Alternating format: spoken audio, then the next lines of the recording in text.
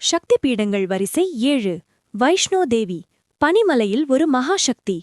வணக்கம், இது ஜாதகம் A to Z. சக்தி பீடங்களின் பயணத்தில் இன்று நாம் கடல் மட்டத்திலிருந்து 5200 அடி உயரத்தில் இருக்கும் ஒரு புனிதமான குகைக்குச் செல்லப் போகிறோம். ஜம்மு காஷ்மீரில் உள்ள வைஷ்ணோ தேவி ஆலயம். இங்கே அன்னைக்கு உருவம் கிடையாது. 3 பாறை வடிவங்களில் பிண்டிகளில் அன்னை அருள் பாலிக்கிறாள். அழைப்பு வராமல் யாரும் இந்த மலை ஏற முடியாது என்பது இத்தலத்தின் தீராத நம்பிக்கை.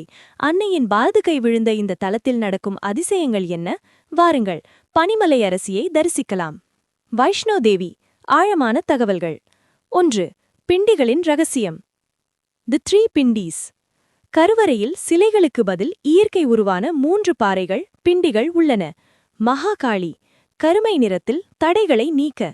மகாலட்சுமி, மஞ்சள் சிவப்பு நிறத்தில் செல்வத்தை வழங்க. மகா சரஸ்வதி, வெள்ளை நிறத்தில் ஞானத்தை தர. ஒரே இடத்தில் இந்த 3 சக்திகளையும் காண்பது அபூர்வமானது. 2. பைரவ்நாத்தின் சாபம் மற்றும் மோக்ஷம். The story of Bhairavnath. அன்னையை துரத்தி வந்த பைரவ்நாத்தின் தலையை அன்னை துண்டித்தார். விழுந்த தலை ஒரு மலையில் போய் விழுந்தது. இறக்கும் தருவாயில் மன்னிப்பு கேட்ட பைரவருக்கு, என்னை தரிசித்த பின் உன்னை தரிசித்தால்தான் பக்தர்களின் யாத்திரை முழுமை பெறும் என அன்னை வரமளித்தார். இன்றும் அந்த மலை உச்சியில் பைரவர் கோயில் உள்ளது. அற்புதம் நிறைந்த குகை. த ஹோலி கேவ். இந்த குகைக்குள் எப்போதும் நீர் கசிந்து கொண்டே இருக்கும். இந்த தீர்த்தம் மிகவும் புனிதமானது. கடுமையான குளிரிலும் பக்தர்கள் இந்த மலை ஏறுவது அன்னையின் சக்திக்கு ஒரு சான்று. ஜாதக ரீதியான பலன்கள்.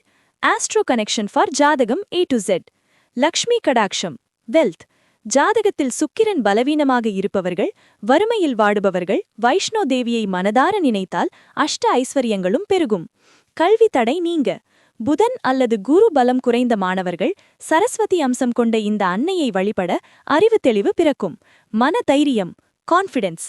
இமயமலை ஏறுவது போலவே நம் வாழ்க்கையின் சவால்களையும் மன உறுதியுடன் கடக்க அன்னை காளிதேவி பலம் தருவாள். பனிமலை அரசியின் அருளிருந்தால் உங்கள் வாழ்வின் மேடு பள்ளங்கள் சீராகும். ஜெய் மாதாதி என்ற முழக்கத்தோடு அன்னையை சரணடைவோம். அடுத்த பகுதியில் நாம் தமிழகத்திற்கு திரும்ப போகிறோம்.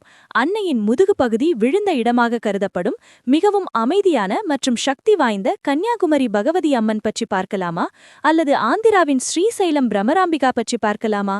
உங்கள் விருப்பத்தை கமெண்டில் சொல்லுங்கள். ஓம் சக்தி.